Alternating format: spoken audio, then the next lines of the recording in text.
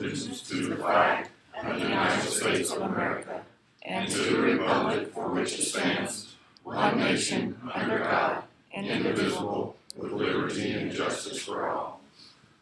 We salute the flag of the state of New Mexico as the symbol of perfect friendship among united cultures. I'll turn the time over to Sheriff Cage. Thank you, sir. Please pray with me. Lord, watch over us. Please watch over us, your children. Be with those and give comfort to those who are struggling right now, physically, financially, emotionally, and under the oppression of tyrannical regimes. Help be with us, be with the commission today as they make decisions. Watch over us in this county and in this state. We need your help right now, and we humbly ask for it in the name of your Son, Jesus Christ. Amen. Amen.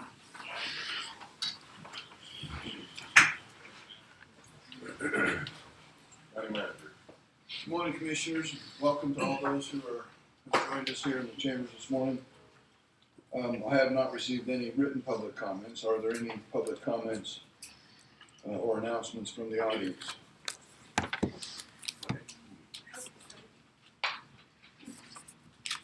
Hi, I'm Tina Tiffany, Stakeholder Relations with ConocoPhillips.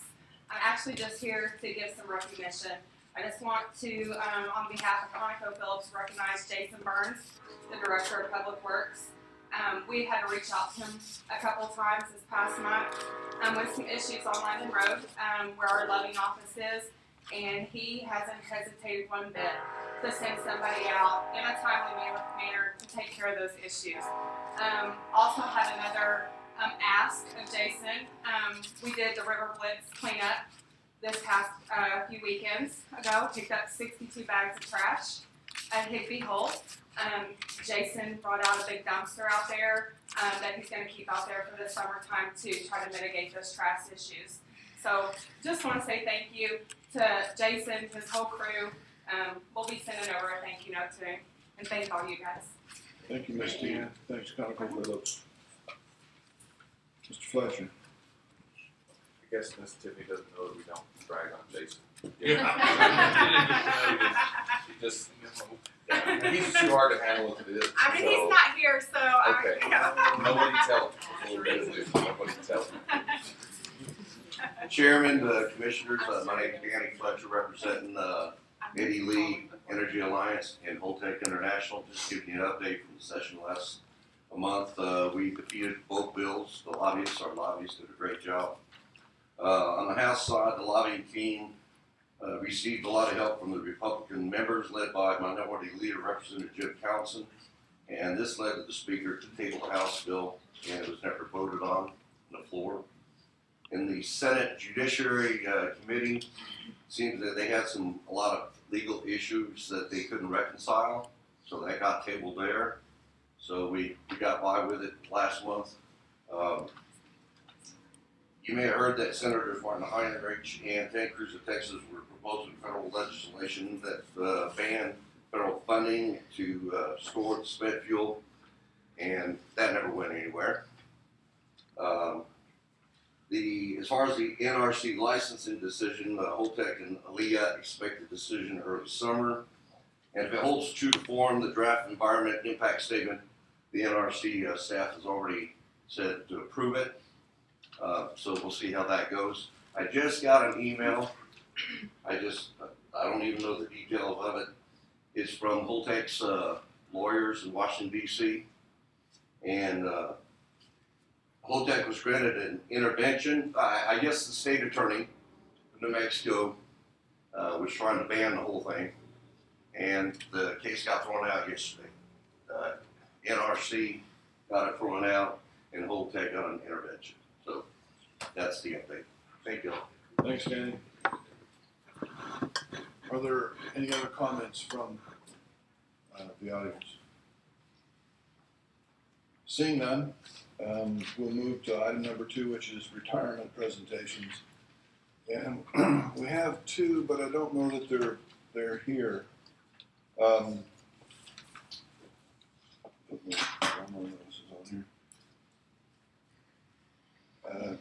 Betty Denninger from the detention center, 21 years and 11 months.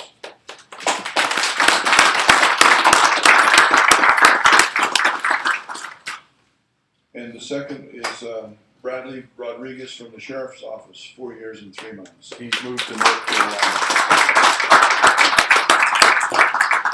Presently not available. Presently not in state. All right. Well, we appreciate their years of service to the county, and we wanted to recognize them. Next, we have the service awards. I think most of these folks are here, so we'll start first. Captain Michael Corona, Detention Center, 25 years.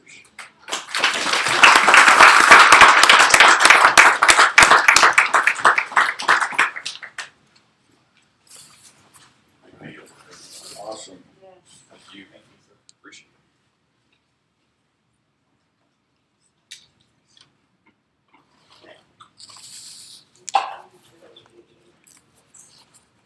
Thank you.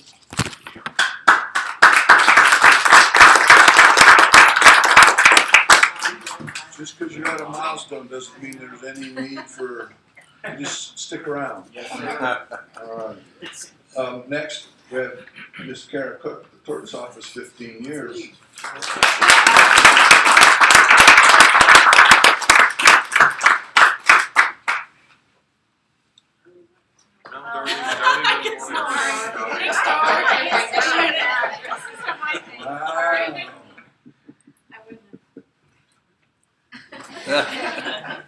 All right, 1, 2, 3.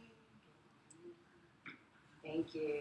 Hopefully another 4-8. Miss Kara has put her name in for the clerk's position at the upcoming election, is running unopposed.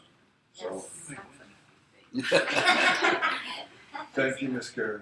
Next is Captain Matt Hutchison, Sheriff's Office, 15 years. Captain Hutchinson had an emergency this morning. All right. He won't be here. Still 15 years for the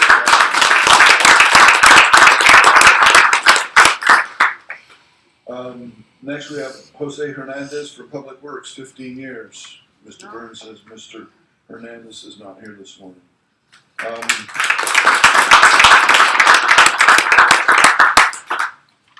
And then Rosie Munoz from the IT department, she's not here today. She has 5 years. And last but not least, Angel Aragon from Public Works, 5 years. No, sir. All right. They're shy. I guess they're not all here. Well, They're probably fixing these roads. That's Yeah. exactly what they're going to talk about. Do we want to still do a group? It's up to you. yep. You guys want a photo? Commissioners, Everybody? let's go. All right.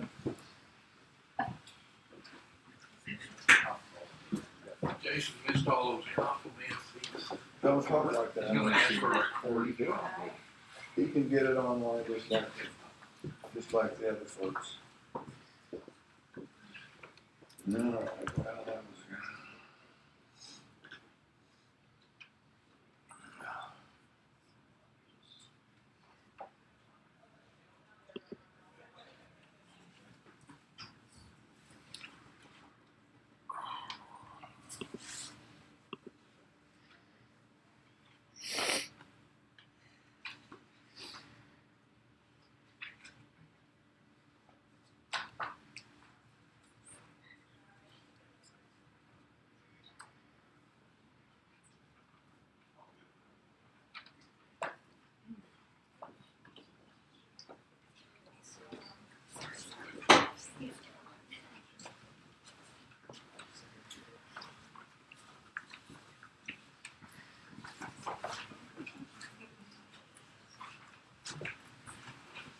Thank you, Commissioners, and thank you to those who were able to be here today. We appreciate them.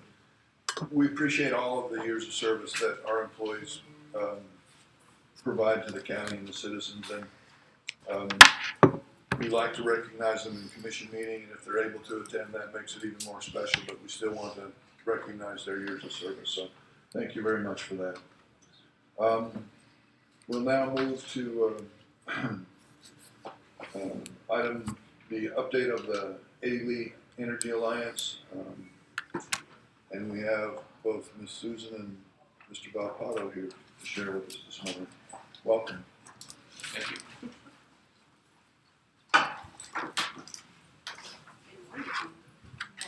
If the, Weird being on this side. if the two of you together, is that like the problem? Is Two of us together, so it's great. Money, Yeah. Double trouble. double trouble, is probably right. Good morning, I'm Susan Crockett, former county commissioner, and Jack and I are the county representatives on ELIA, ECA, and then we handle all the nuclear side of the spectrum for the county. But Danny did such a great job, we don't really have anything to report on ELIA. He's doing a fabulous job representing Holtec. As he said, we're expecting the NRC to issue the license in July. Of course, that will be preceded by the positive environmental impact statement and then the safety evaluation report from the NRC, but we are not seeing any challenges with that licensing coming through. If we do get the license in July, Holtec is expecting to break ground very quickly thereafter, especially before the 60-day session in January of next year. Because we are expecting Steinborn, as this was his 4th year, to try and introduce legislation to do that again. As far as the Ted Cruz Heinrich legislation, which that was just insane, that was probably precipitated from Santa Fe. We have that feeling, we're not just gonna come out and say that, but we feel like there were some calls made when Steinborn's legislation didn't make it through. And we were at a waste management symposium and ECA meeting in Phoenix last week, and it doesn't seem like that legislation's gonna go far, but it could be stuck into other legislation, so we're watching it closely. We have a lot of other people in DC watching it now. What they wanted to do is instill it in the budget. Just what they're trying to do, they can't get this through on its own, so they're going to piggyback it with something. Yeah. And they tried to get it in the omnibus, and it missed. And we put the call out to our members of ECA to get a hold of their senators, and some of them are high-ranking senators and from New York and others, to let them know that this is a bad bill for us and them, so that they can get this, just keep it squashed. There's such a narrow margin in the Senate. I don't see it going anywhere because Savannah River, Oak Ridge, anybody that has nuclear facilities is going to be impacted by this negatively. So really, you've got quite an alliance to stand this up and prevent it from happening. It was more of a symbolic gesture towards the governor to help do this. So it should stop, and hopefully we just need to keep on top of it. And we need to keep giving our positive message out for the project, that how beneficial it is for America and for our community. One really cool thing at the ECA board meeting, we had Dr. Kim Petrie. She's the acting deputy assistant secretary for spent fuel and waste disposition for DOE. She has a very long title, but she sat on a panel with Jack, and basically she said that because of what happened in Texas, they had the community support for years, then they got their licensing, and then the community support went away. They're kind of rethinking how they're going to issue these licenses. But she said that having an independent company represent the project, like we do with Holtec, with DOE oversight, is the direction they want to go. And she also said that the continued community support is what they're looking for, they don't want to see a waiver, they want the local community support, the boots on the ground. I think the message, without her saying it directly, was that they're not going to seek the state support, they're going to seek the boots on the ground, local community support. So that's really good for us, and to hear her say that was tremendous. And there is so much support from all of the complexes throughout the communities in the United States. I mean, this waste has to go somewhere, and we're the logical choice. 30 miles from each community, we have the rail. So I feel pretty hopeful after our meeting, but if there is any questions on ELIA, we'd be happy to answer those before we move on to DCA. We're just continuing to plug forward. I'm in year 10 of this, Jack's in year 12, and it took us 15 to get the WIT site here, so, we're just continuing to plug on and this will happen. And we're ready and Holtec is ready. And hopefully some point this state will be on board. I'm sure when they're touted with $12 million a year, they'll be on board. But that's another interesting thing, just before we move on to DCA.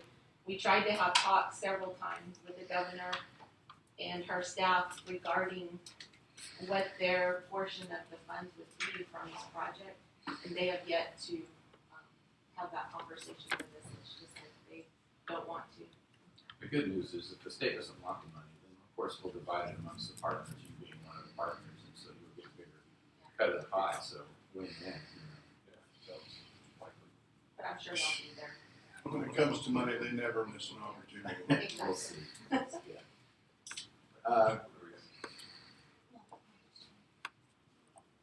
I have one, sorry. No, I'm good. I have one on that. So $12 million is the state's cut. Roughly, it could be more. That's 3 times what marijuana will net the state according to their own. Yes. So, Plus this will bring all these jobs will be high-paying jobs over 3 figures, and they'll be sustained jobs. Plus the amount of money that it'll bring in when they're constructing the facility. okay. So we've got one little industry that makes 3 times what the independent financial review will make for marijuana. So maybe we could get some,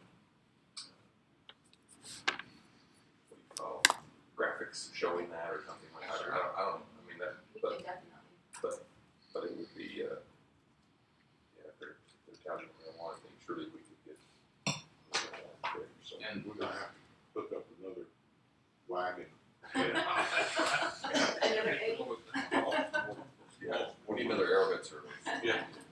So, The spinoffs from this also could be great. We don't really call it waste, we call it spent fuel, because there's a reason. It's 80% still usable. Reprocessing, there is a procedure to reprocess it and to burn it right back into the reactor so that we don't have to buy uranium. You know who our number 1 supplier of uranium is, right? Russia. So, there's that. And we could be basically nuclear self-sufficient, not require imports of uranium by just reprocessing what we have. A reprocessing facility would fit very nicely in there. That's a whole lot more jobs, high-paying jobs. You would see kind of the makeup of the community out there, being like from Hanford and that sort of PhDs, doctorates, plus boots on the ground people and security and fire. We're talking about it could be as big as WIT as far as jobs.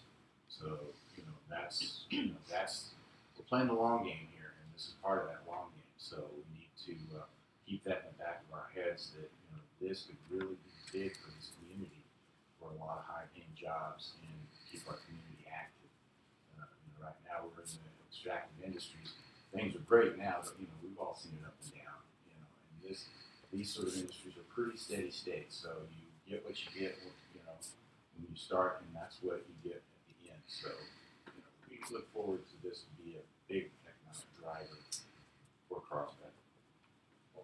Comment I'd like to make is the disconnect between the people that are fighting on this, all things nuclear, are the same people pushing for the Green New Deal, renewable energy. The answer to one is nuclear. And I don't know why that's so hard for otherwise intelligent people to figure out. Commissioner, I fully agree.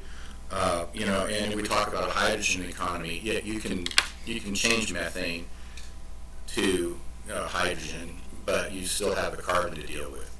Nuclear automatically, as a byproduct, generates hydrogen. Plus, how are we going to charge all these electric cars that are supposed to come on the grid?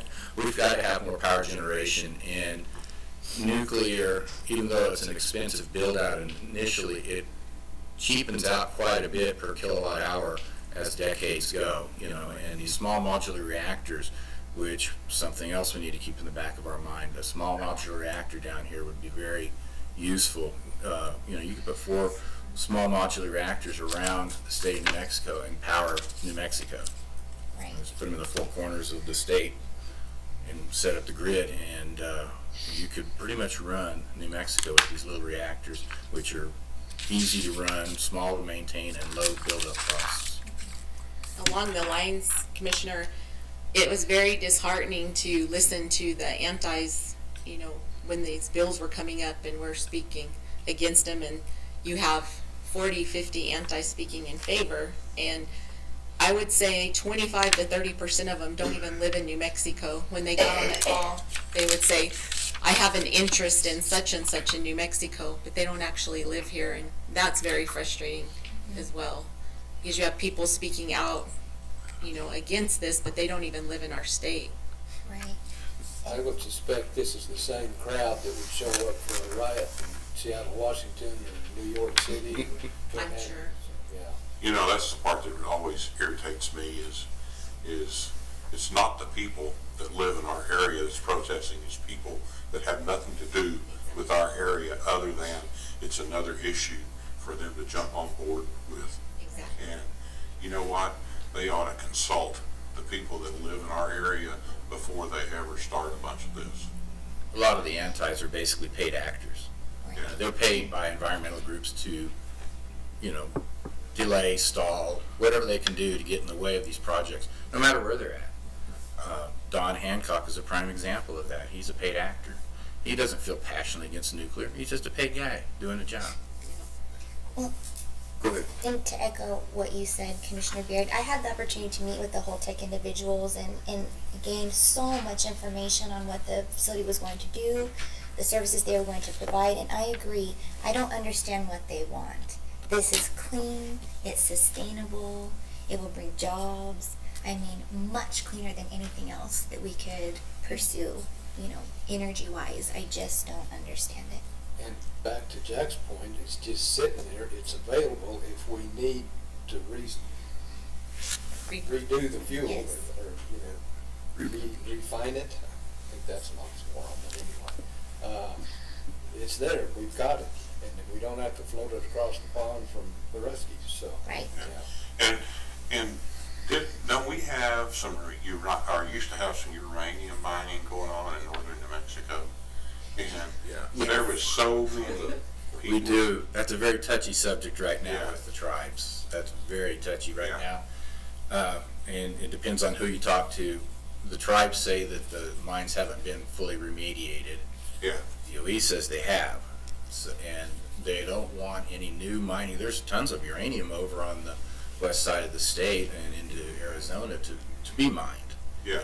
But most of that falls on tribal land. And right now, until the DOE and the tribes come to an agreement on what level of cleanliness in some of these things are done, that's not going to ever happen again. Right.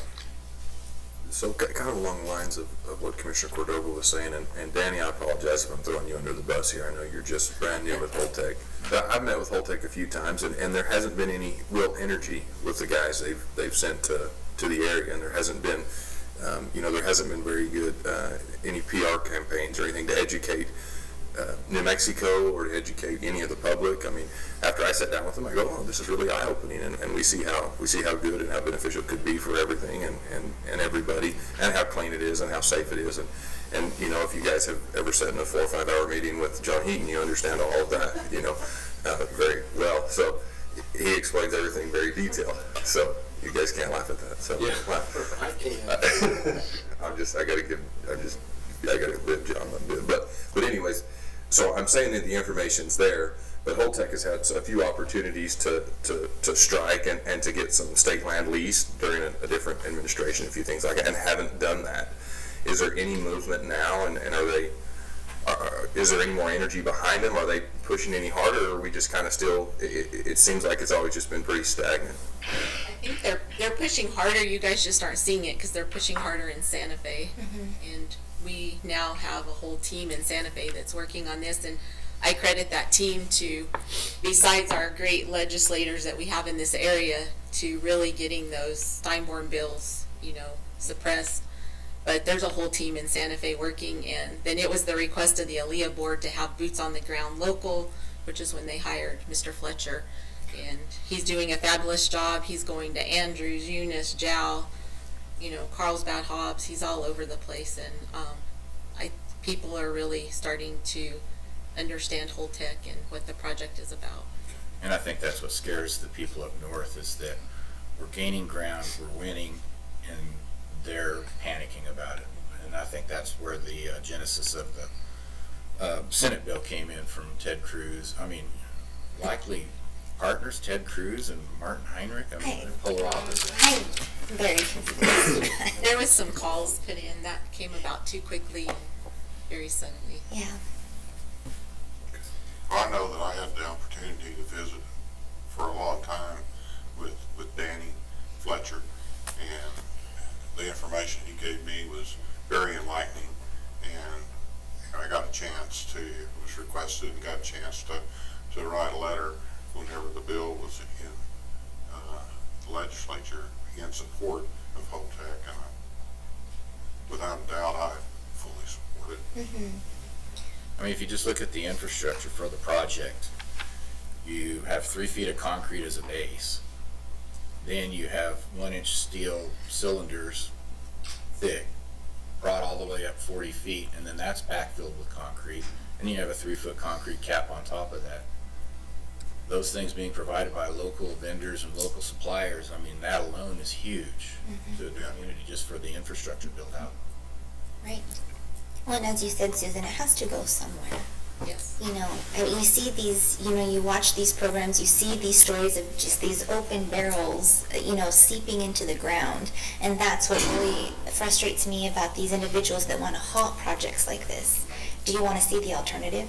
It's much worse. And there's so many taxpayer dollars that are paying, the DOE is paying some of these municipalities and counties millions, if not billions of dollars to keep this waste in those municipalities. And, they need to get that waste out and have those clean up. Yes.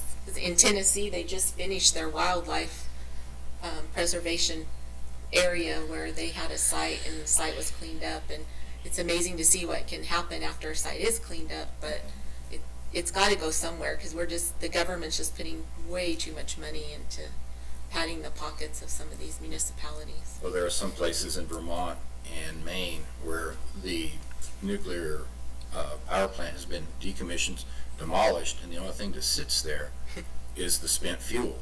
And the spent fuel, it takes about $8 to $10 million per facility with guns and guards and maintenance to maintain that facility. This is where the economy of scale of Holtec comes into play, is that we take those places and then that gives the community a chance to reuse that area for whatever they want, whether it's a park or put whatever they want there, or other industrial development. And we can watch that for basically the same price for all of them instead of just one of them. So we save DOE a lot of money, and that's why DOE is really keen on us succeeding with this. What do we need to do as a commission? I mean, because this is information. I don't know if we have all the information yet, but this is continue to support FYI, us. We'll keep you guys updated. Let Al know on where this Cruz Heinrich legislation is going, and at that point, it might be testifying on some sort of hearing, writing a letter. But just continued support is what we need right now. You want to talk on ECA? ECA, we've it's been kind of a tough year or two because of COVID. Most of it's been Zoom meetings, but we have had some cleanup workshops. And in September, I attended the cleanup workshop in Alexandria, Virginia, and then we also dovetailed with our lobbyist Jeff Murray and made some house visits and some DOE visits in order to push things through. Not only did we talk about nuclear, we also went to API and some other places and talked about petroleum and energy areas. We met with the independent producers, API, Chevron. We went around and visited with everybody. when we're back there, we make good use of our time so that we not only just work on nuclear and DOE related items, but we try to work for things that we think are important for the community. And that being said, if you have something you want us to talk about when we go back, we're more than happy to do whatever you'd like us to do to help along the county.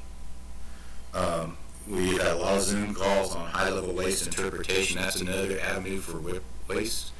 Right now, waste is classified by where it was made. If it was a defense facility or a private facility, it's not based on radiation count, which everybody else in the world does that. It's a very odd way to do it, and we're trying to get that cleaned up so that basically waste is determined by how much radiation is in the waste. That being said, we could also take a lot of waste from other places that right now doesn't meet the WIP waste acceptance criteria. So this prolongs the activities of WIP and the cleanup along in DOE from the bomb making in the past. Plus, there's new bomb making being made now, so that's another waste stream. So maintaining and preserving WIP is really critical, and it's going to go beyond our lifetimes.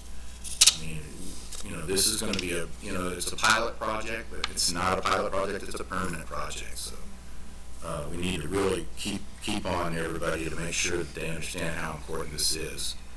We just attended waste management, and I was on a panel there, as Susan mentioned, and it was very good. We got to get our message out. We got to talk a lot about Holtec and a lot about WIP. Really, we're going to be having, in May, we're going to have the ECA group here, and we'd like to have everybody out there along with them to show community support. So you'll be getting invites. We'd really like you to show up. And we're going to have down-ground tours, which everybody's super excited about. Nobody's ever, very few people have been down in WIP, and it's quite an experience. When I was a new commissioner, me and Commissioner Hernandez got invited to go down, and we were pretty impressed. And I think that's, you want to show off. When they're here, you want to show off what kind of a good community we have and what a good facility we have. And so we would like for y'all to help us out with that. Wonderful. Yeah, I'd like to get in on that tour. Yeah, me You too. guys will all be getting You'll get invites, yeah. We'll be happy to take, anybody wants to go down in there, we would love for you to come down. That'll be on Wednesday. pretty amazing at the ECA meetings that The 4th or the 3rd? the 3rd. Okay. how often Eddy County and Carlsbad are mentioned. I mean, I'm talking, it's a 3-day conference and it's probably mentioned 75 times throughout the whole entire time, so everybody takes notice. But yes, we are hosting the first time in 11 years. We have ECA back in Carlsbad and Eddy County. It's May 3rd, 4th, and 5th. May 3rd, that is the tour, and then that afternoon is a closed board meeting for ECA, and then the 4th, we have a full agenda planned. But May 3rd is the tour Yes. in WIP?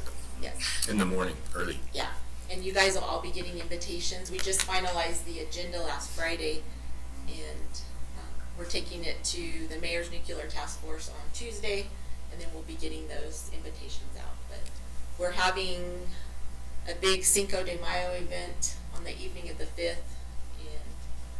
and we're expecting a large crowd. We were hoping for 50, but after being at the meeting, everyone's so excited, we're thinking we could have upwards of 75 people here, which is pretty unusual for an ECA meeting. But we have a lot of DOE folks coming, which is going to be great. But this is how big of a deal it is. NWP is going to shut down the underground for that day to do the tour so that we're allowed to have more than 30 people in the tour. Wow. So that's a pretty big deal for us. It looks like we have a meeting that day, is that right? That's the first Tuesday of May. It would be the Wednesday. The Wednesday. tour. Oh, it would be the Wednesday, Oh, so it would be the the 4th. 4th, I'm sorry. Okay.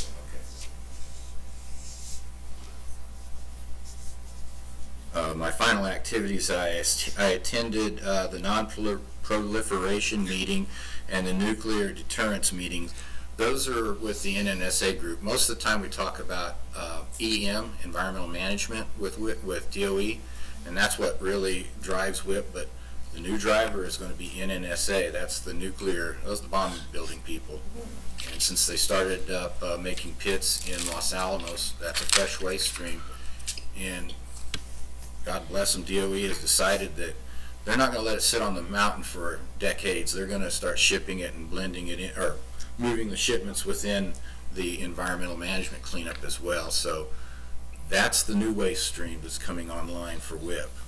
So it's really important that we get all the projects done out at WIP so that we can have more workers working there and process waste better and get more shipments in safely. And also Savannah River is going to be producing pits in 2 years. And they're going to be roughly twice the output of what Los Alamos is. But those are two waste streams that, like I said, will go on into the, till we're all gone, and from this world, they'll still be coming in. So it's real important that we do the things necessary to keep the facility open, operating, and funded. Right.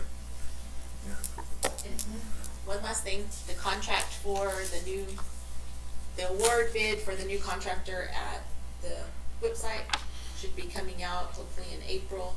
The latest would be June, and that'll be a big deal too. We heard a lot of scuttlebutt, but we'll see what happens. That's good. Thank you. Thank you guys. Thank you. Thank you for allowing us to continue to represent the county. Yes. Thank you for all your hard work. It's very much appreciated. Thank you. Right. Yeah, sit still there, Mr. Rockbottom.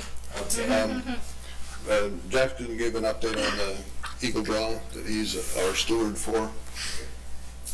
Okay, we're shifting gears.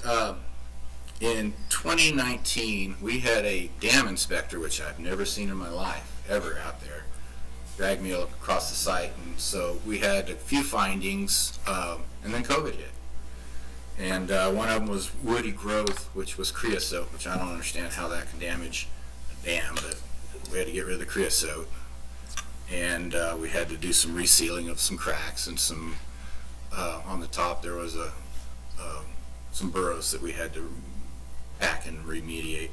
Those were all handled in 2020 to the standards of what the dam required. And then in 2020 we started a massive spraying of the dam and structure for woody growth, and it took us about 1.5 years to get done. We just finished up this fall, and so that is all sprayed. The top of the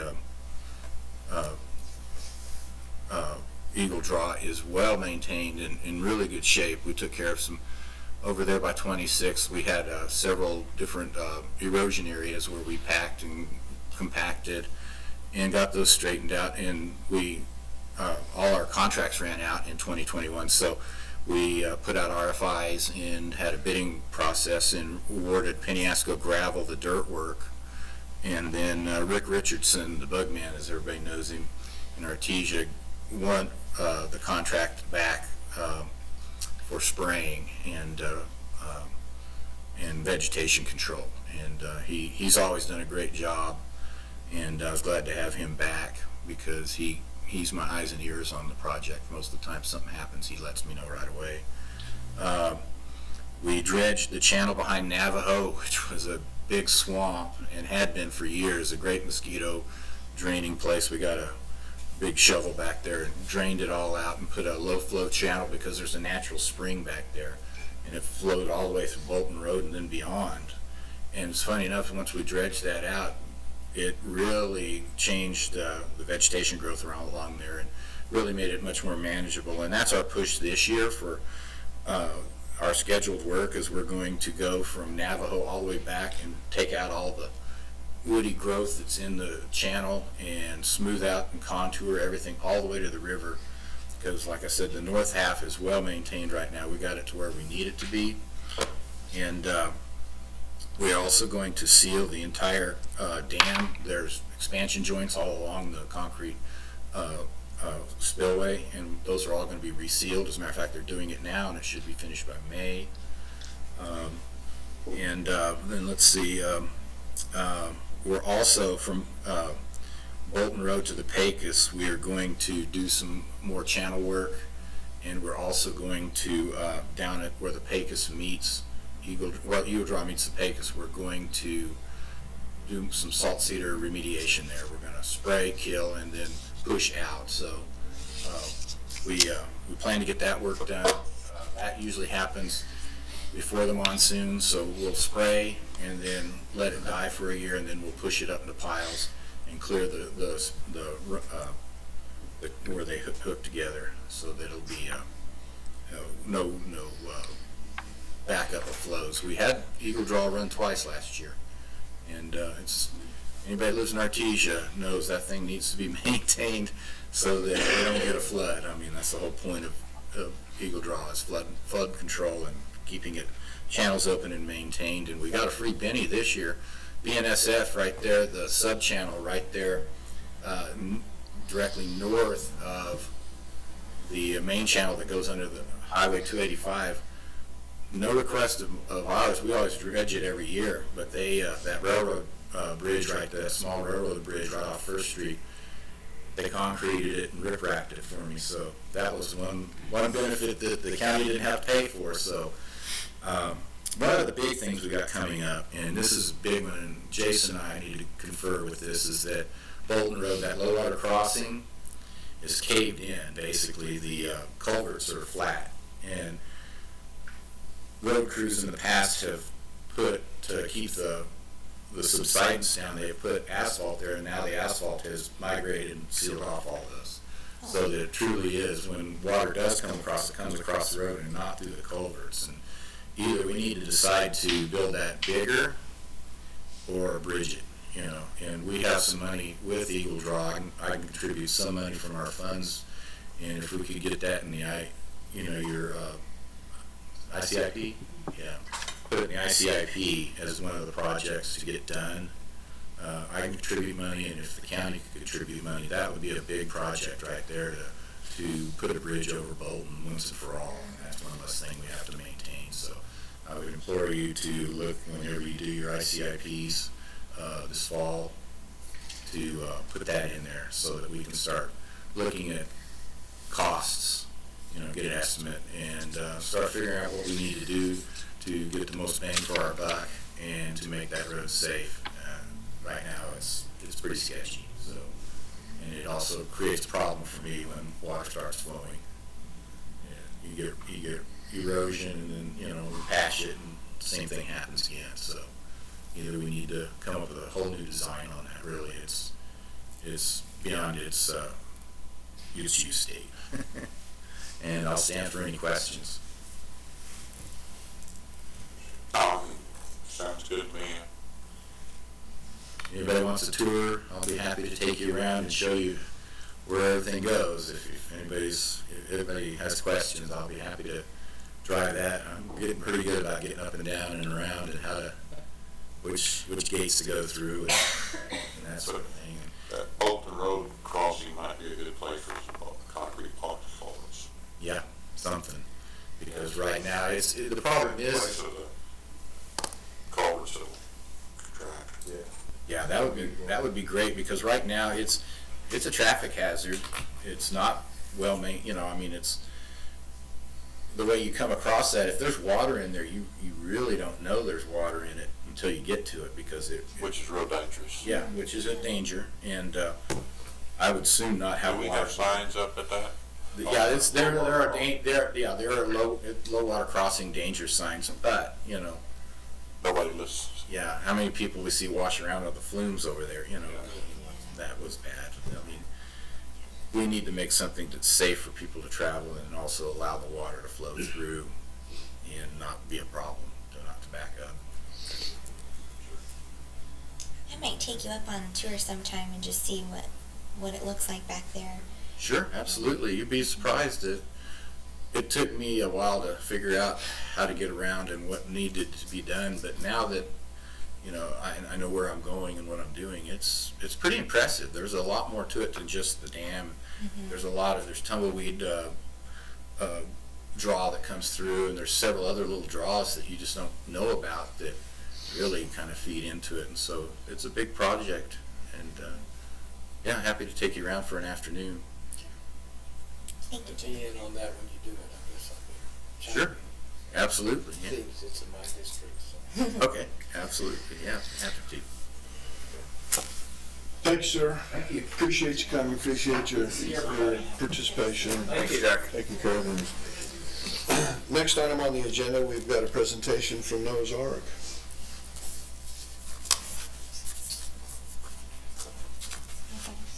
Do not have one from Noah's Ark. Not so much? Okay. We'll move on then. Grammy's house.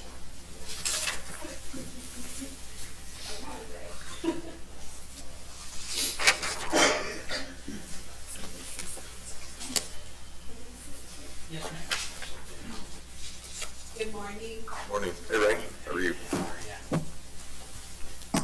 I'm Selena Bryant. I'm the executive director at Grammy's House, the 24-hour full-service domestic violence shelter in Artesia. And I'm Ray Withers, and I'm the board chair with Grammy House. And first of all, I'd like to thank you all for the support that you have provided Grammy's House the past couple of years. We are tremendously grateful for that. I'm just here, I provided a little bit of an outline on our programs.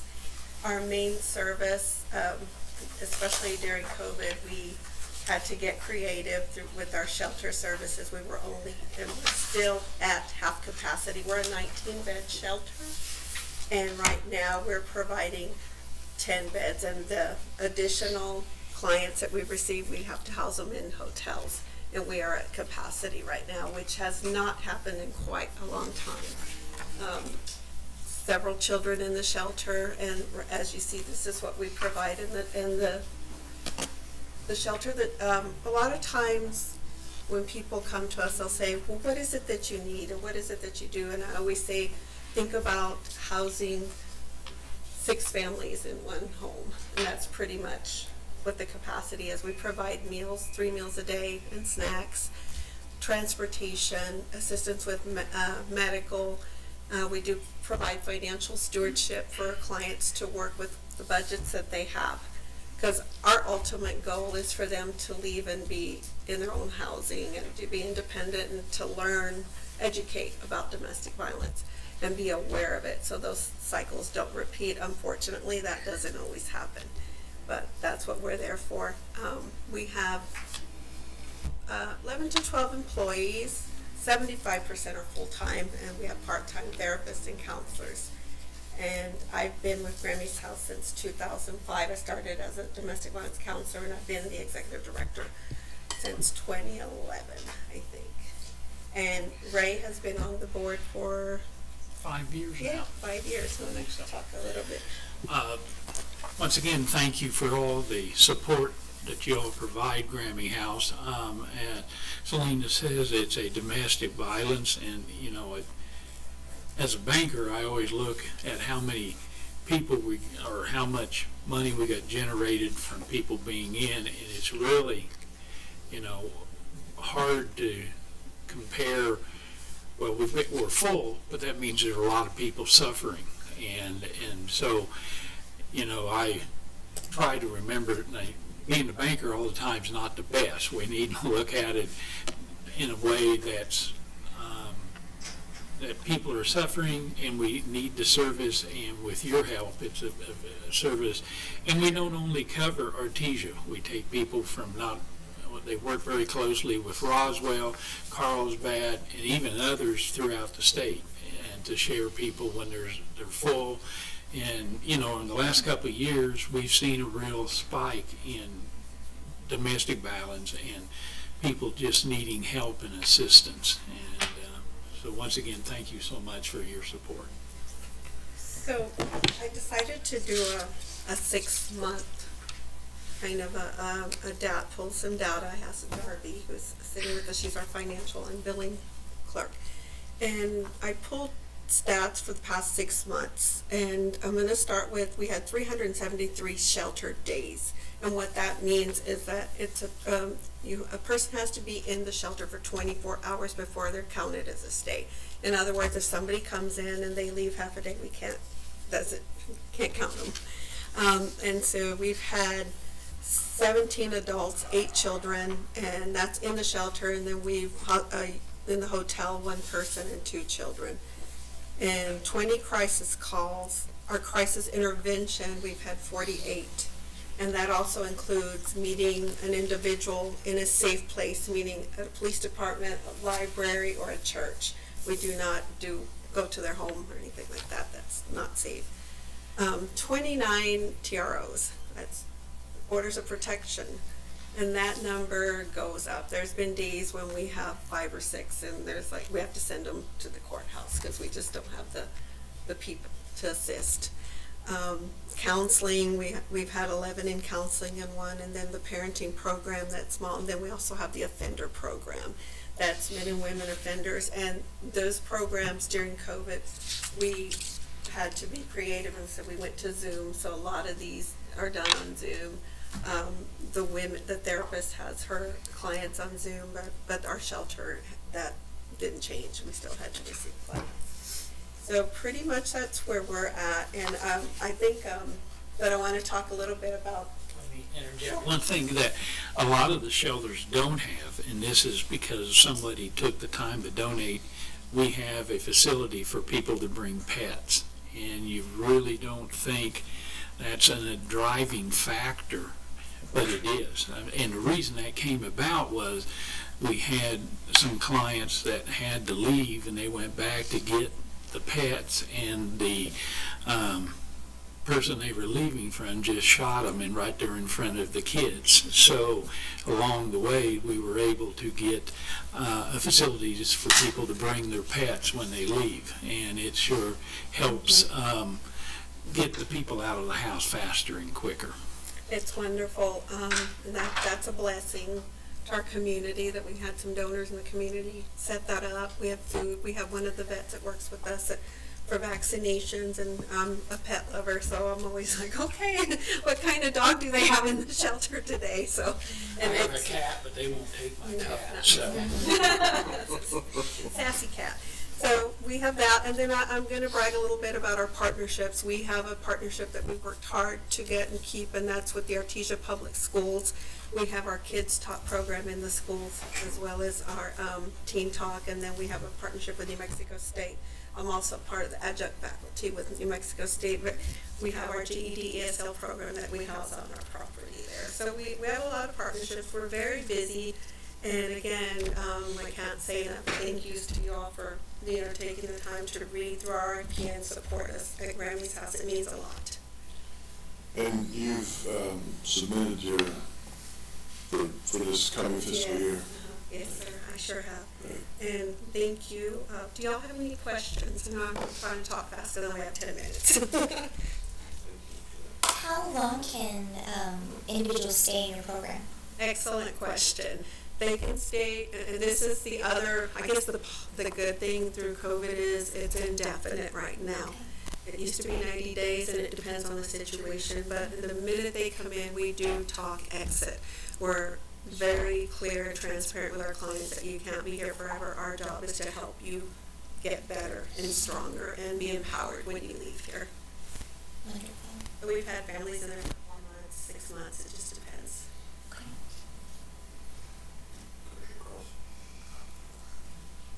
I'd just like to say thank you for a very difficult and emotional service. I can imagine the ups and downs on the basis. Oh, yeah. You are to be commended, and Well, thank you. these men, people really help. Well, thank you. Yeah, I got a call last night. We had somebody in the hotel, so the police took them in there last night. So it's busy. Yeah. Thank you. Thank you for what you do. Appreciate it. I would love to coordinate with you guys. I work with the Lighthouse program here, and I think that we could definitely work together and see what we can do to kind of. I left my business card with y'all, so you can call anytime. Yeah, I should. And Thank you you. guys are all welcome when you're in our teacher. If you want to stop by, we'd love to give you a quick tour. We appreciate you guys at Echo and Commissioner Pierce. Very much. Thank you so much. Thank you. The last item on this portion of the agenda is the IFB RFP bid award. Ms. Anicia.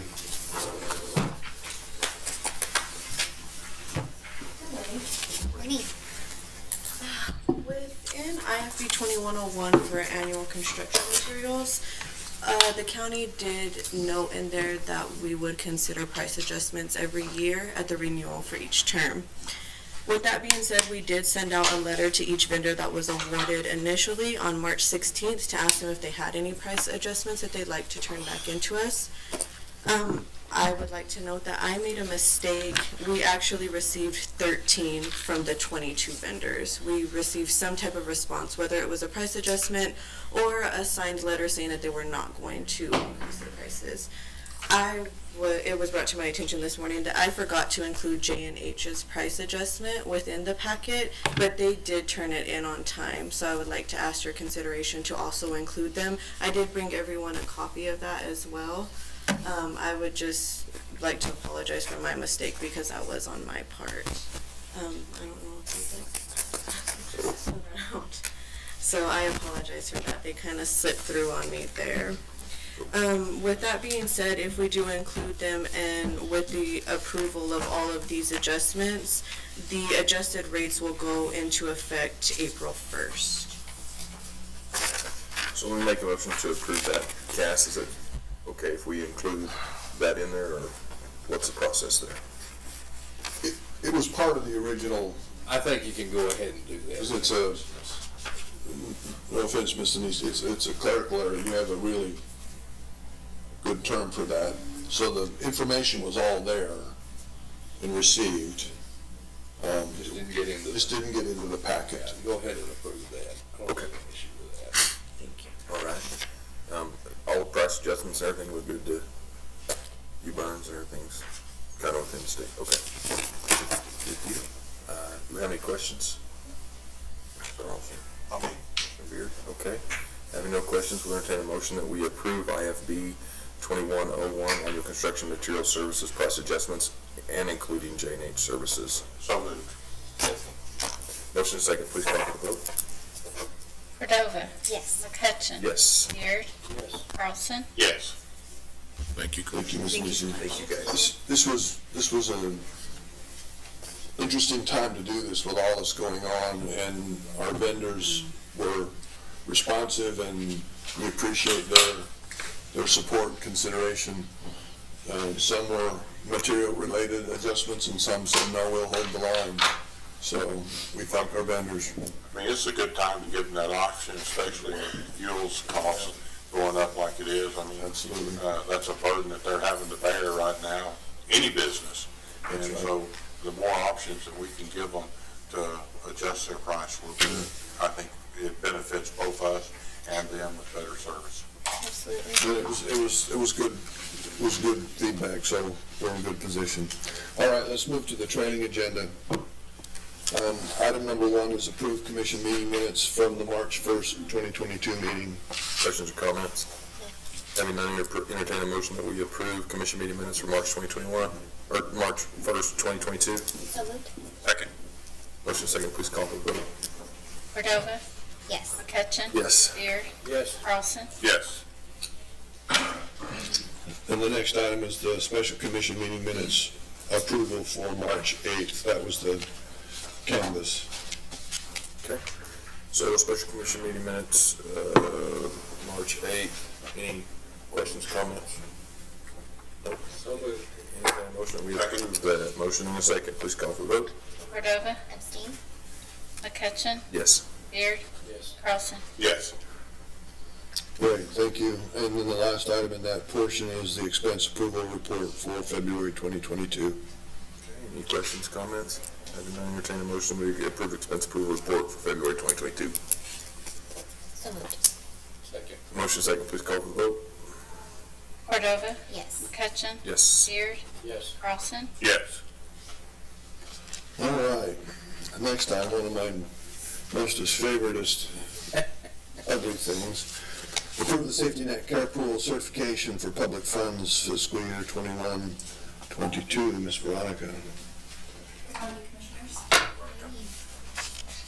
So it's that time for the third quarter of the recertification for the safety net care pool public funds.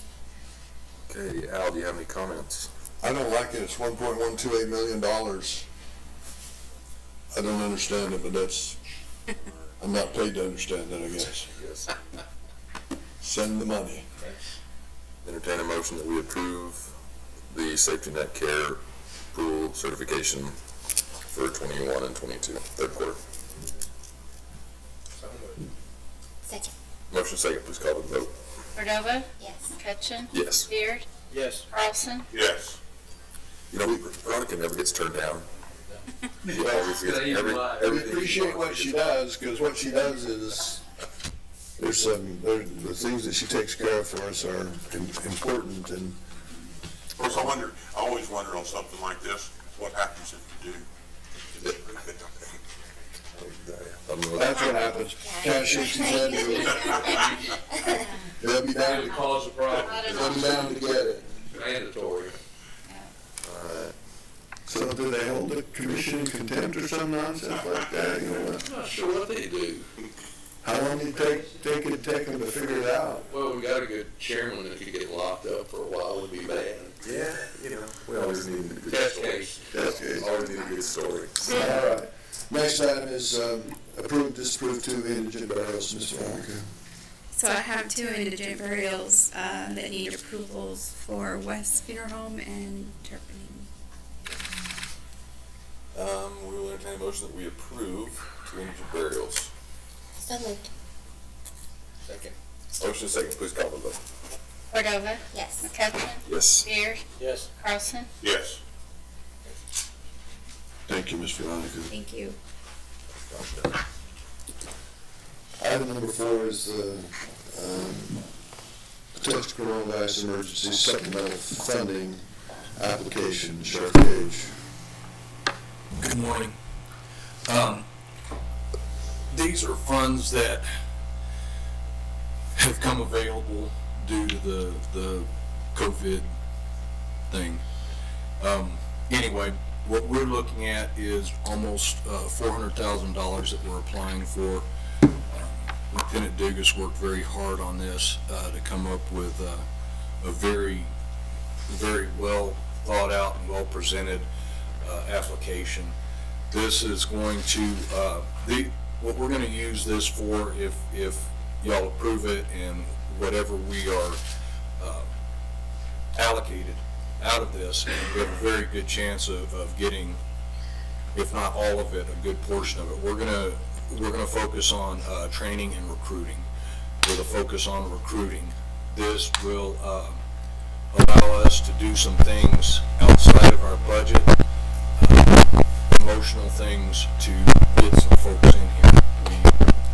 For whatever reason, it's just how things work. As soon as y'all approve the 6 positions for me, suddenly I lost people. So, yeah. On you, Commissioner. We're gaining ground.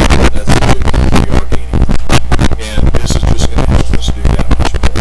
It will also help pay for, it'll help reimburse us for, actually reimburse us for salaries and while we put people in the academy.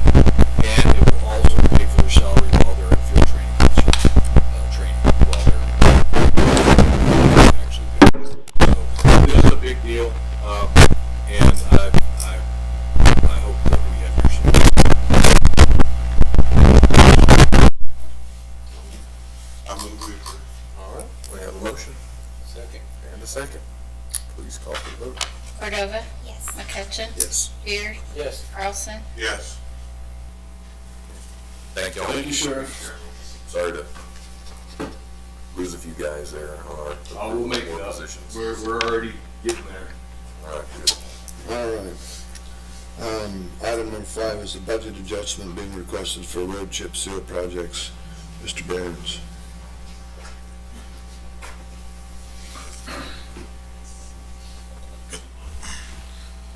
Mr. Chairman, Commissioners, as we just previously presented, we have accepted and with your approval awarded our increases for 2101. Also, as you can see in the agenda memo, we've just recently completed 2 of our larger road projects with not county funding, either FEMA or NMDOT on Rockinar and McDonald. What I'm requesting today is the authorization of, in a budget adjustment of $2 million to go ahead and chip seal both of those roads so that we can finish out, because right now what we've been able to do with the funding is just build them back to a stable profile with caliche and base course. And so if we don't go ahead and chip seal these, we'll essentially lose the funding and work that we've just completed. So, and also with this, with the awarding of 2101, we've talked to both of our contractors who are willing to hold their last year's prices for these final two projects.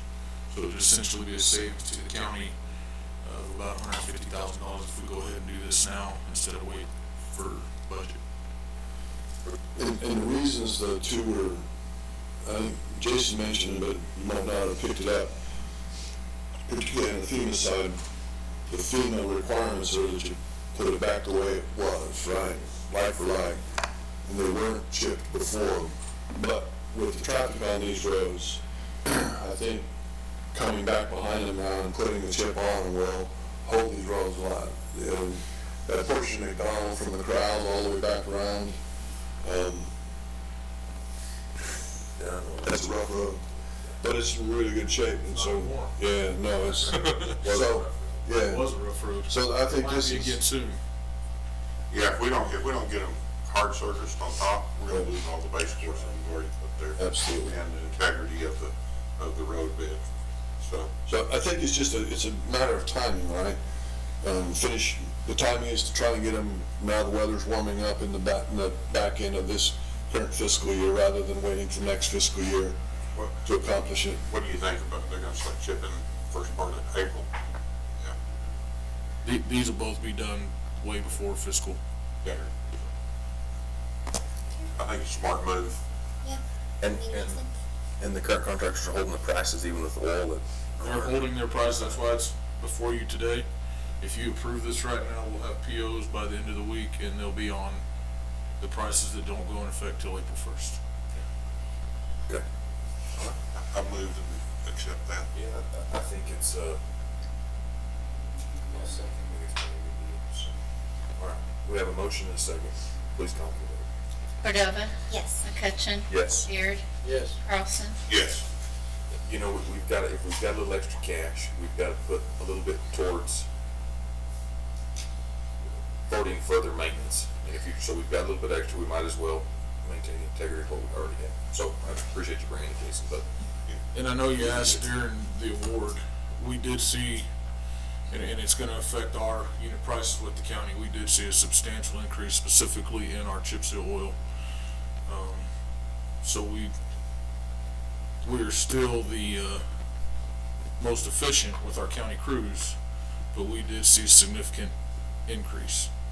So it's something that we should take advantage of. The rock prices held pretty well, but both of the oil vendors went up with about $200 per ton. So that adds up pretty quick. Your problem is you get to the point where you have something like this where, you know, the only smart thing you can do is to move forward and put a hard seal on it, because otherwise you've wasted the money you've already spent. A year later, you'll be back doing it. You know, that's not efficient use of our county funds. So even though it's gonna cost us a little more, the smart deal is to go ahead and finish the hard seal so that we save what we've already done and already spent. Yeah, and I would like to see on those entrances, you know, that we have multiple entrances that are really busy, that you follow through with your apron plan. Paving. Yeah, and either pave it out of ways or pour concrete or whatever, because that's where those roads get torn up, is when you're on and off, and then pretty soon we deteriorate those sections. Right. And so I think, you know, and I know that a significant portion of that runs through Oxy there, and they have a lot of on-off, and then we have Rawhide Road, I think, comes in there as well. So I'd just like to see us do some preventative maintenance also there, and maybe partner with them somehow to maintain the integrity of those. Oxy needs to build those turn-ins and turnouts. Right. Yeah. Oxy's been very well to work with. They own a substantial piece of the property down there, like you mentioned, and they've actually allowed us through those corrals to realign the road so it's not such a sharp, narrow road. We've taken down that fence and realigned it so that it's actually a flow through there. So they've been very well to work with and very supportive of making the road better, so. Austin's always been a good partner. Yeah. Thank you, Commissioner. Thank you. Thank you. All right. Item number 6, setting a date for the annual site visit to Eddy County Detention Center. The target date is the second commission meeting in April. That would be April 19th. Annually, we're required to, the commission is required to visit the facility. Through COVID, we kind of missed last year. Yeah, we navigated best we could, but I think we need to, we've had individuals through the facility, but I think this is the opportunity to take the whole commission through. So if that works, what we would do is work to manage the agenda so that it was concise in the beginning, have our meeting, and then adjourn and move over there, go through the facility, and then be finished. Could I suggest something? Yes, sir. Is, as if we're going to do this site visit, that maybe we have together some type of list of your concerns and things that we might need to address, you know, like building wise and that kind of thing, so that as we go do this site visit, that we can go address and look at those things as we do the site visit.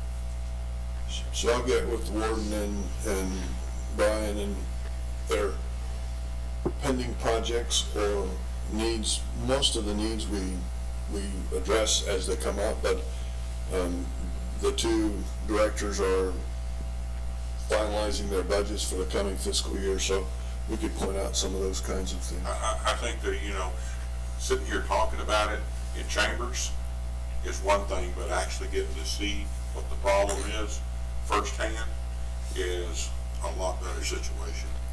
And I think I'd like to see it. Yeah, absolutely. We'll have something ready and send it out before we actually do the tour and kind of look at it first, and then as we go in, point out what we're talking about. Exactly. Well, and along those same lines, Commissioner Carlson, you know, we're talking about a new judicial complex. I'd like to have the inefficiencies described and how those could be changed with a better facility. You know, so we may have some, you know, facility problems or something like that, but if you say, hey, you know, if we had this block that, or this control room that could look at this block and this block, so, you know, the new facility and kind of maybe give us an idea on how the new facility could be designed so that you could have, you know, or have a need for less deputies down. Absolutely. Yes, sir. Detention officers, I'm sorry, deputies are. Okay. All right. So we're good for the 19th. We'll put that on the agenda for the 19th. Yeah. All right. Also, we went up. We need to vote on that? You don't need to vote on it, but it, We've agreed to put it in the agenda. Thank you, commissioners. The next portion of the agenda is the resolution and agreement consent portion. Any items to discuss or pull? I really hate to do this, but I really want, is Jason still here? Jason? He's gone. Okay. I bet he's not far away. I just kind of wanted to get that mileage report from him, but it's not, I just like to know what it is, but it's okay. I mean, I know hey, here we go, Jason, okay. I want to take a motion that we approve the resolution and agreement consent agenda pulling item R2221. Motion is second, please call for the vote. Cordova? Yes. McCutcheon? Yes. Beard? Yes. Carlson? Yes. Mr. Burns, can you tell us about that? yes, sir. Mr. Chairman, Commissioners, this is our annual mileage certification that we submit every year. We've gone through and reviewed this with Community Services and the Finance Department. We have increased our paid miles from last year, approximately 42 miles, because those are the miles that we have gone and improved from unpaved to paved. So we that's essentially the only change that we've made, but we are all in agreement, and this will be submitted to NMDOT. So you maintained this year 860 miles of paved road, and then bladed 362. Well, no, sir. That is what we have on record as being responsible for. Okay. We are more along the lines of we've probably bladed close to 200. Okay. And then we've probably maintenance on paved. I think in our last deal was around 690 from last year, so we're probably right there around that mark for last year. Okay. I thought this was a different report. I apologize. No, this is our certification that we submit to DOT, just as the miles that we have and that we are responsible for.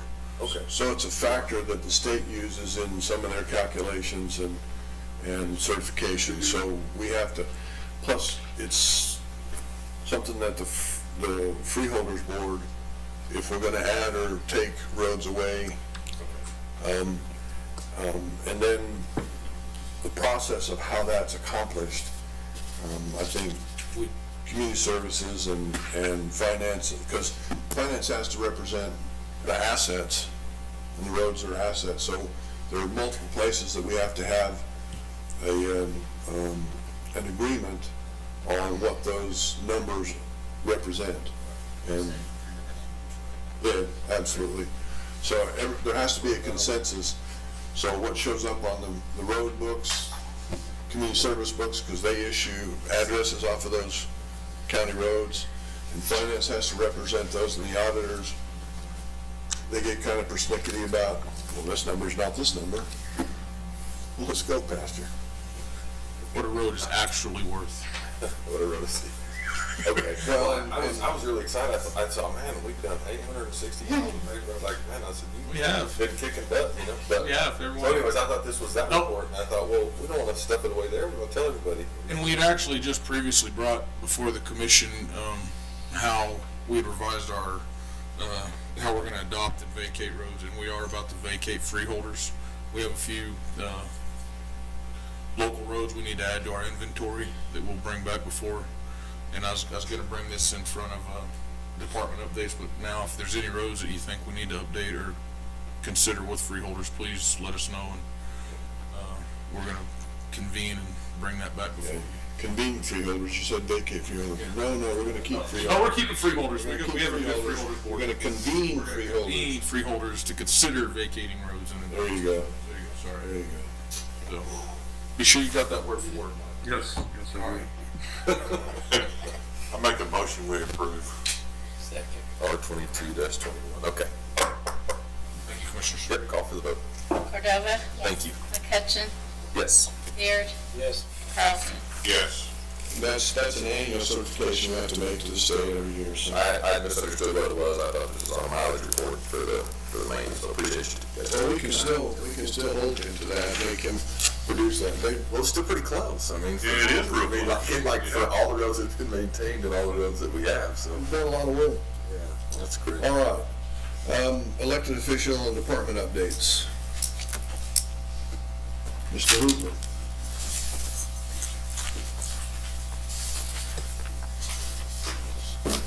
Mr. Chairman and Commissioners, I thought I'd give a quick update on some major intersections on the southeast loop.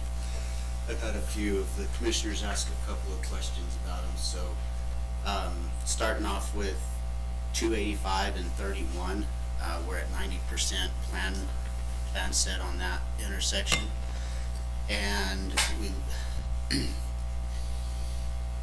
that project was a little bit different because we partnered with an MDOT. The county did the design, and then they're going to do the construction. So we're kind of, I don't know exactly when that'll bid. Hopefully by fall or beginning of 2023. Then we've got the intersection there at 62-180 in Southeast Loop. That's at 90% plan review, and that'll bid August, September is what they're saying. And that's for the controlled intersection. The construction, the actual construction work's complete. The road's tied together. Right. This is the controlled intersection. Yes, sir. Yep. And that'll be a three-way partnership, in MDOT, the county, and the city. So, we'll stand for any questions. deal. Thanks, Wes. Thank you. And while you're standing there, the bid for the next portion of phase two of the southeast loop. So that is 100% plans. We're working on the right of way right now. And as soon as that's intact, then we'll know. We may have to skip a portion of it during those negotiations and maybe get into phase 3 of that project, depending on how those negotiations go. Right now, it's looking kind of rough with some of the landowners. But in essence, it would go from the end of the current construction south for 4.2 miles, I believe. and then the balance of that would come. Phase 3. Hey, Wes, while you're there, you want to give us a report on your daughter roping on the big stage there, maybe? Yeah? So Wes's daughter, yeah, if you just give us a quick breakdown, it's a really neat deal, kind of a big deal while you're there. So. She qualified for the American, which if you win that, you win $2.1 million. And there were about 1,450 runs within 2 days, and she was winning it. Come back on Friday. They cut it to the top 8 and then the top 10 in the world, and she broke the barrier to come back Sunday. Broke against for the 2.1, but she won close to 30,000.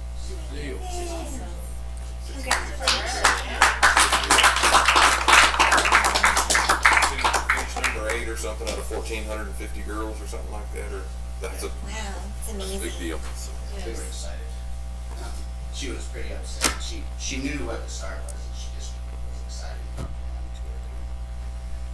She was mad at herself and said, "Look, you won almost 30,000." And she said, "It's not 2.1." That's so true. But I didn't play for dinner. Congratulations. Thanks, Wes. Other departments. Mr. Burns, what have you been through a lot? Mr. Chairman, Commissioners, quick update on where we're intending to go this spring with road maintenance and chip seals. We've met with both north and south. Our south department is going to focus on the last part of Bounds Road, the west side. We're going to complete that, and then we're going to move to Donaldson Farm and London Road with our reclamation and chip sealing program. In the north, they're working on Lust Plant right now. They're going to reclaim and chip seal that one. And then they are going to move to the North 13th and North 26th area and get those done for the fiscal year. And then we'll jump into the Cottonwood subdivision after the first of the year, go back to Sugar and Grubbs Road. And then in the south, they're going to be doing the Standpipe area, chip seal subdivision. And then we're going to jump from there over to, I forgot. Where are we going after that? The Standpipe area, and we're looking at redoing the Standpipe Road with the West Loop. So, Have we thought any more about cutting the rumble strips right on Derrick Road where they have this crosses? interesting development, Commissioner. That portion of Derrick Road is annexed into the city. So, Oh, really? we're talking to the city about either potentially doing that or He didn't ask us. huh? Yeah, well, At Grandy Road? Derrick Road, sir. Isn't that what you said? Yeah, Derrick and Grandy. But you wanted them with Derrick and 285. One of them both. Yeah, because you can see right there on Derrick where they run up to that Grandy Road stop sign and slide those trailer brakes. Derrick in 25, you said, or Derrick in 6218? 280, sorry. Oh, 218, yeah. On the other end, it's already built up. Yeah, sure. So yes, we're looking at that. We've got highway supply the ones that'll do that. So yes, we talked to them about that. Okay, good. I mean, it's just, the thing I'm thinking about is, as warm as it's starting to get, it's gonna be 80, 90 degrees in April, and Hope not. Thank you, Commissioners. thank you. Other departments? Mr. Mack?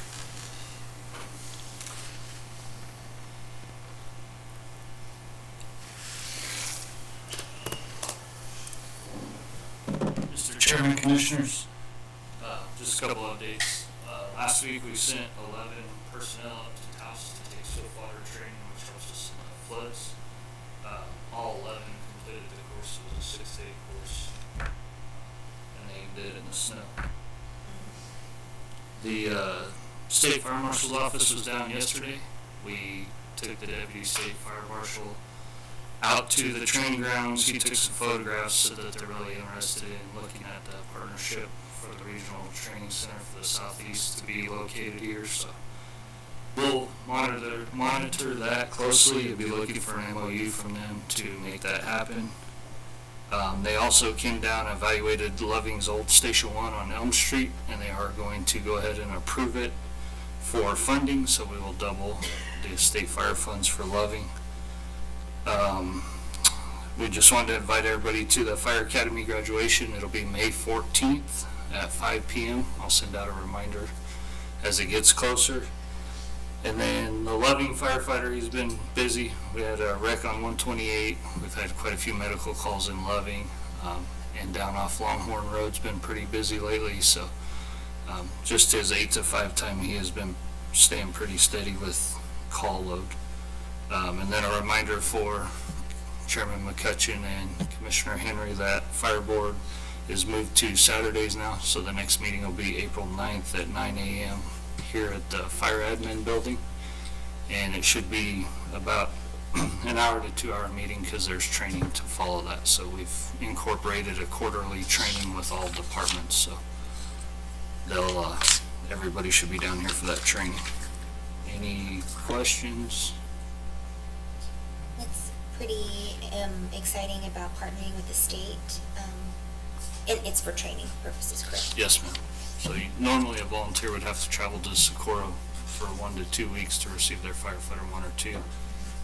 Having it here, it would allow for volunteers in this area to travel locally and be able to split the classes out and do weekends and things like that. So that's our objective. I love it when we can showcase Eddy County in areas like that, so great job. Sounds like our EMT and Loving is making a difference.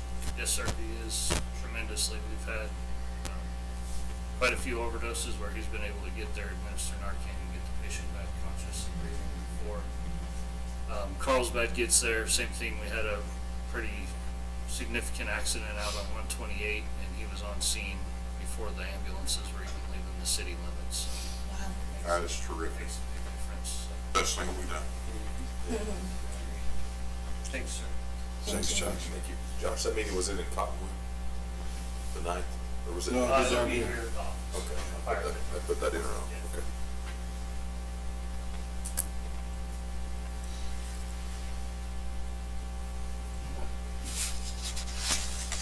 Bruce Cage. Good morning again. To answer the question about what can they do to you, remember Floyd School Board? They got disbanded. I guess they can do a little bit, right? I wanted to point one thing out on the travel agenda. I will be traveling quite a bit for the National Sheriff's Association, but they're very inexpensive trips. Since I'm on the executive board now, the hotel and flights paid for, so it doesn't take a big chunk out of my budget, in case anybody was wondering about that. I sent over to the county manager that I'm finally going to make good on my promise to show you all the simulator out at the sheriff's office. So March 21st through April 1st is when it'll be set up and ready to go for y'all. And I know that you can't have a quorum over there, but however y'all want to work it out, you're welcome to come and check We can it do out. that if we just put a notice. If we decide, if you wanna go together, we can put a notice of potential quorum out. If you wanna, I don't know if it's a book this time or what works best for. We're going to be open and available the whole time. I think if we went together, it would be really I'd like to nice. go together. Get some interaction. I think you can get more out of it that way. Yeah, I don't want to go with Commissioner Cordova in case she shoots better than I do. Oh. I don't know if I can live that down, so I'll probably just go out myself. We'll put the zombies up there for you to shoot at, and then we'll put some real life scenarios so you can see what law enforcement actually has to do, and it's pretty interesting. The county manager and I have been talking quite a bit about the task force building. Commissioner Cordova's been out there. She knows how disgusting that place is and how we really need to do something about it. It's one of those things, and we're working towards it. We're trying, but those fellas have to be in some place better where they are. So we're making progress on that, and I think the funds have been set aside, some at least, to make it happen. To give you an update on the Southeast New Mexico College Board of Trustees that I'm bit off on. Boy, I tell you what, we're meeting a lot, and but we're making a lot of progress, and it's really good to see. We're going to start we're going to hire a company to do a search for our president, for a permanent president. Dr. Nwane is our interim president, and we're going to do a nationwide search, and we're going to find the absolute best candidate we can find to represent our new college. NMSU is finally starting to, I don't know why they're doing it this way, but they gave us $10 million of what they owe us, which is around $80 million.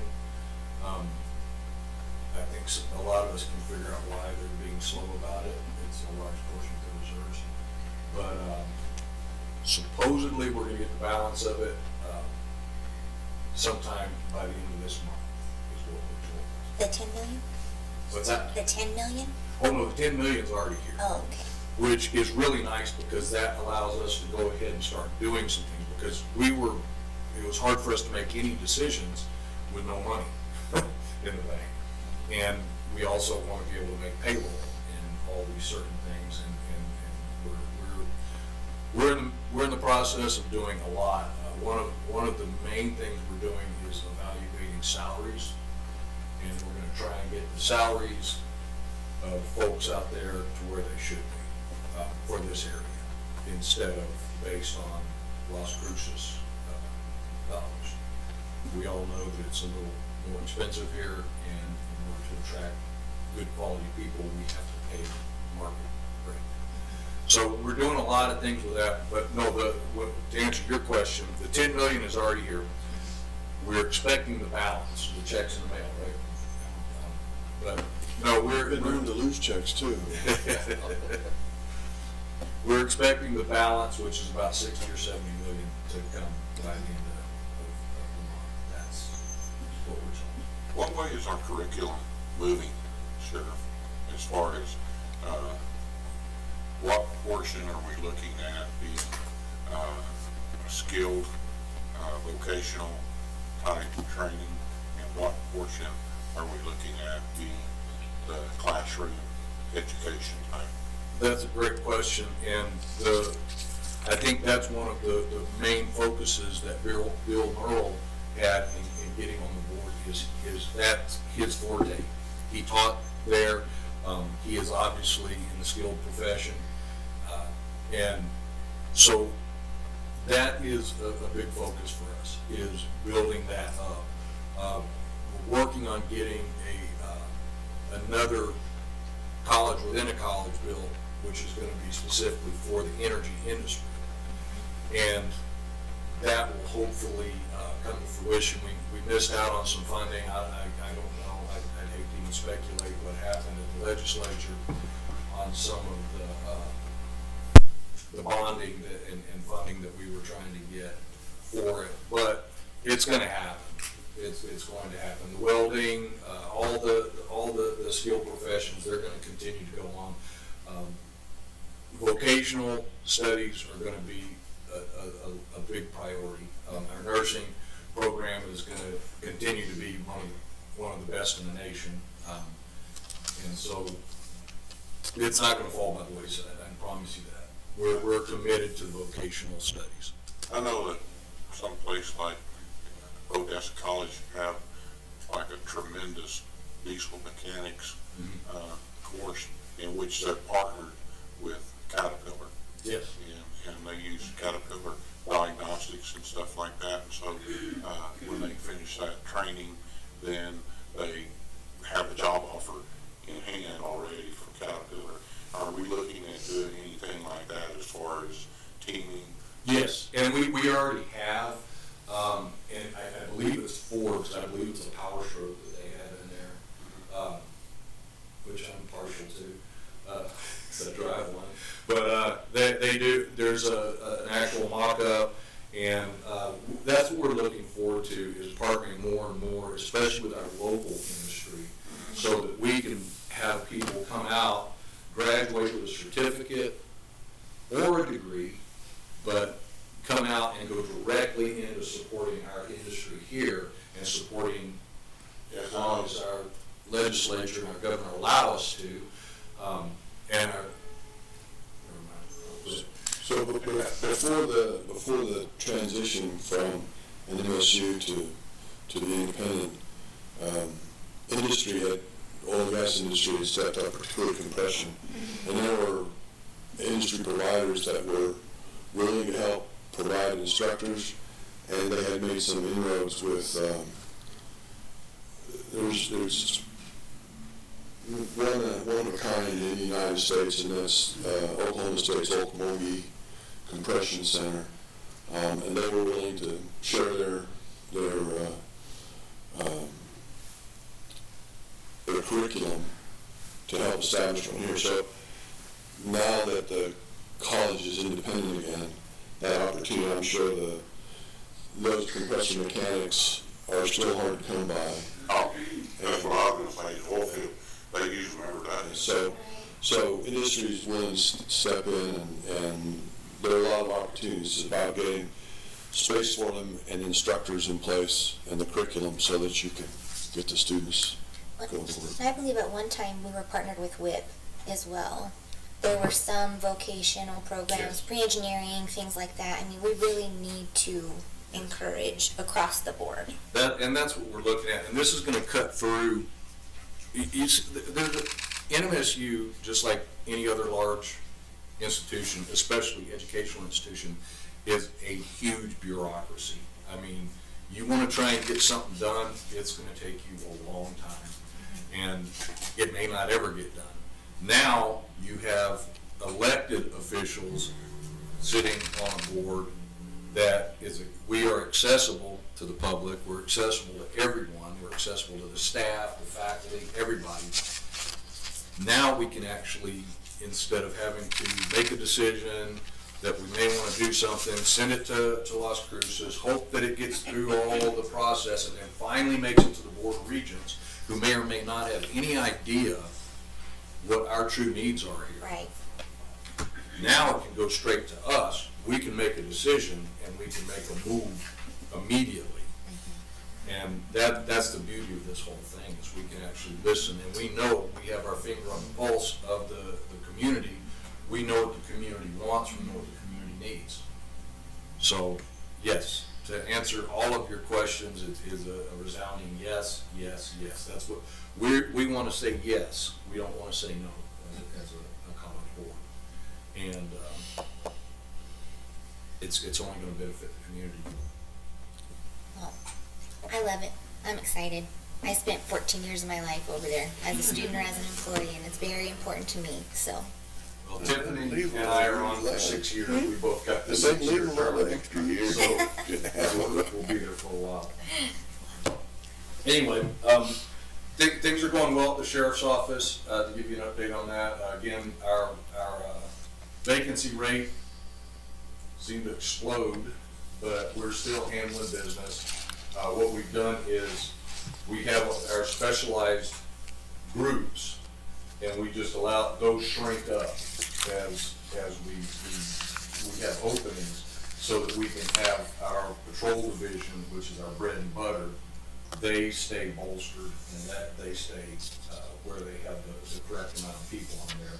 And as we get people hired, we'll move more people back into those specialty positions, and allow, and that just helps everything out, like our violent crimes unit, our CAT, which is basically our de facto traffic division, which I really do need to get that. That's going to be a big priority to get that built back up.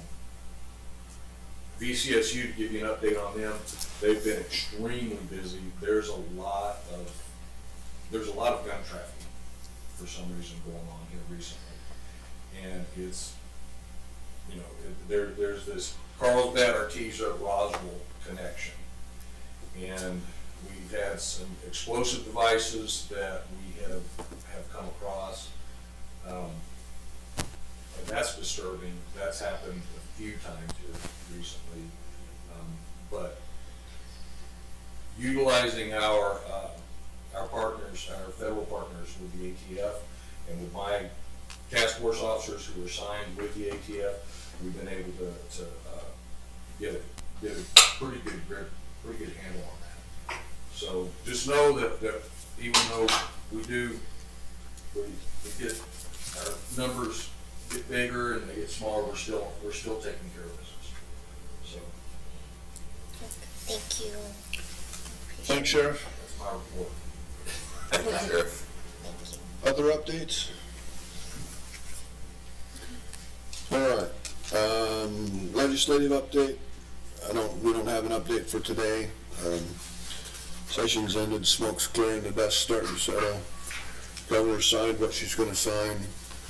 The capital outlay got signed, the junior money got vetoed. Some of the legislators were not happy about the junior money being vetoed. Don't know what's gonna happen there, but the capital outlay has been set, so I think Eddy County got the county portion.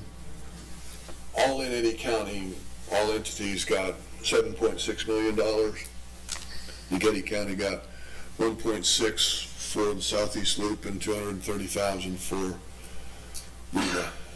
The city got a little bit, and some schools got some money, so it was curious how that all shook out. But we thank our legislators for their attention and support, and we'll continue to move forward. Travel request consent agenda is the next item. One item there. Any questions or comments on the travel request consent agenda? Entertain a motion that we approve the travel request consent agenda as presented. Second. Motion second, please call for the vote. Cordova. Yes. Yes. Beard. Yes. Carlson. Yes. Thank you, Commissioners. We have no emergency business, and we have no legislators here. There is a regional legislative session on March 24th, I believe, in Roswell. If any of you are interested in attending, I can send you that information. It's March 24th at the Chaves County Sheriff's Training Room at 10 a.m. What day is that? Thursday, March 24th. All right. County manager comments. Lots of things going on, as you've heard from different groups and departments. We had a good meeting last week with the warden and Mr. Hooper, Mr. Burns, and some representatives from a partnership group to talk about kind of a framing exercise for a judicial complex. So we got some good input, some good information from them. We'll talk with finance about how to maybe procure their services for that study, and once we have that organized, then we'll bring that back to commission for consideration. There are a couple of items that fire and rescue and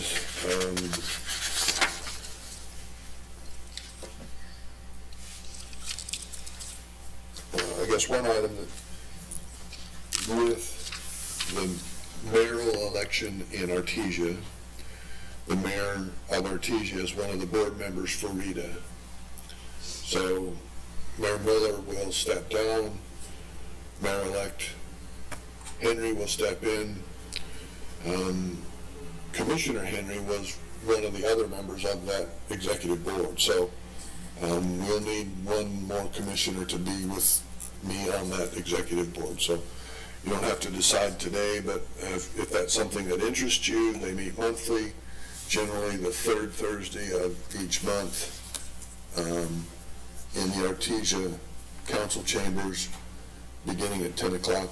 Normally runs about an hour to help manage RETA business. So the operating agreement says that there be a commissioner and if it says the county manager or an appointed position from the county to represent that, the mayor of the city of Artesia and an appointed member by the city, and then three at-large members and state representative. So Mr. Townsend has served in that role, and I think would continue to serve in that role. So anyway, we need another commissioner on that executive board. Fire and Rescue has some recommendations that information they would like to put before the board for you to hear, and then before they bring a recommendation to the official board. So I'll get with you and see what dates might work for an information session. Then we'll put a notice out for potential quorum for them to share some of that information with you. It's related to what we did in Loving with having a paid role there to respond. Some of the needs across the county have been increasing. Our ability to respond has been shrinking. With mutual aid agreements we had with the two municipalities, we've been helping each other out, but those resources are being stretched thin. So they want to talk to you a little bit about some of the data they've collected, let you think about that, and then they'll bring a recommendation to the board officially, probably the first meeting or the second meeting in April. So think about what dates might work for you to be available and have some of that. If we went down to the shooting simulation as a group, we might block out a little bit more time because we'd be right there and we could maybe go over to the fire office and hear their information.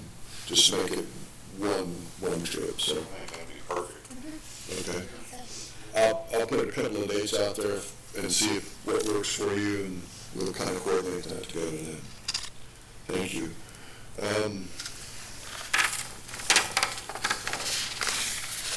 I think that's probably enough for me. Any questions, feedback? Okay. Then county commissioner comments. I just thank you all for all your hard work and everything that you do and you put together for us, as well as the county. I'm always appreciative of all the county work.